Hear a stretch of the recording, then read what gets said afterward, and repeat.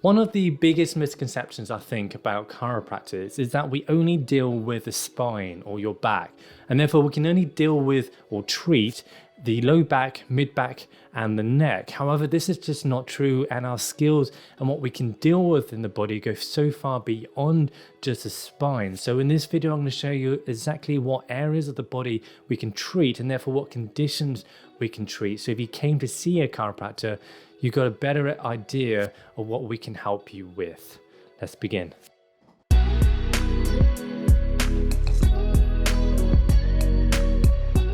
Hello, my name is Dr. Stephen Hume. I'm a chiropractor based in Reading, and thank you again for tuning in for another video. And in this one, I did want to speak a little bit about what do chiropractors actually treat and what have we been trained to be able to help people with, what conditions can we treat? Because one of the misconceptions is that we only deal with the spine. And the first thing I do want to say is that we do pay a lot of attention to the spine, and there's two reasons for that. The first one is mechanically, the spine is the centrality of the body.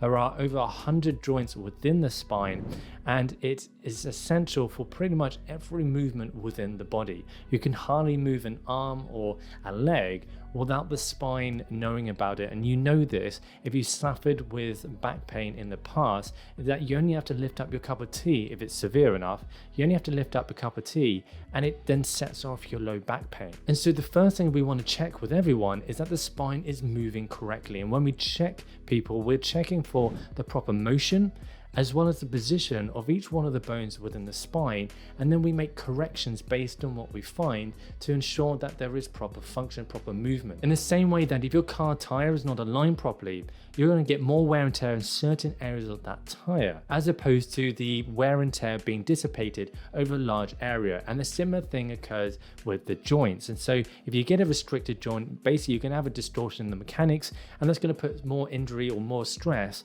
through certain areas, which then produces back pain. The second reason why we focus on the spine is because the spine is the centrality of the body neurologically. So every nerve, every impulse that comes from the brain travels through the middle of your spine, and then all the nerves come out of the spine to supply everything in your limbs as well as your body.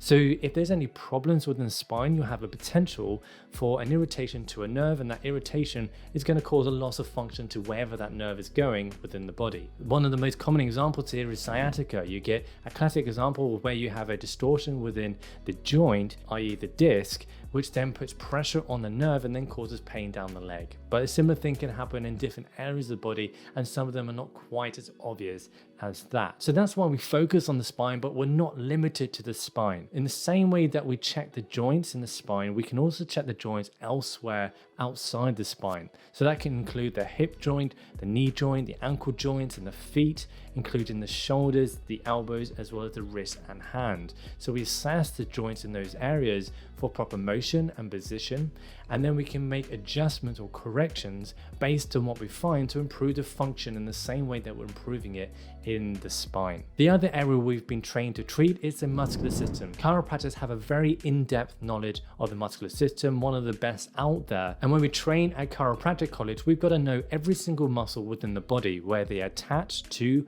and from, which nerve supplies that muscle, what is the function of that muscle, so which areas of the body does it move, as well as the location of some of the most common trigger points within that muscle, so we know how to treat it. Now, the other aspect that we do deal with is the neuro side of things, the nervous system, the neurology. We have a very good understanding of neuroanatomy and the function of the nervous system, neurology, and therefore chiropractors should be fairly good at being able to localize neurological lesions, whether that's something like sciatica, like a disc herniation, or whether that's something that we can't necessarily treat, but something that we may need to pass on to a neurologist or a surgeon. Now, everything that we do to the body, whether that's making an adjustment or treating the muscle, is going to have effect on the nervous system, and therefore we're going to be treating the nervous system in that way, whether it's directly or indirectly.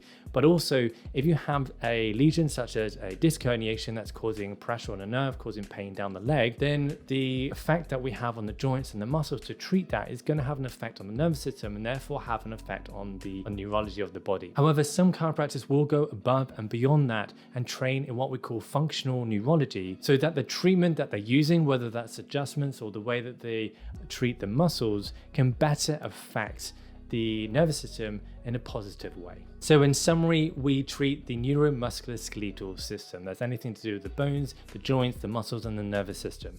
And this then is not just in the spine, but also in the extremities as well. The two most common things that I personally treat outside of the spine, and I think this is probably common amongst every chiropractor, is going to be shoulders as well as knees. So I hope this has been useful. If you are suffering with pain that is outside the spine, it's always worth going to see a chiropractor, because even if they can't deal with that specific thing that you're going through, they'll be able to hopefully directly to someone that can better help you than they can. But there's a good chance that if it's pain, that they can help you with it. So don't forget to subscribe for new videos like this one. I'm passionate about helping people to live pain-free and to optimize their health. Thank you for tuning in, and I will see you on my next video. Take care. Bye-bye.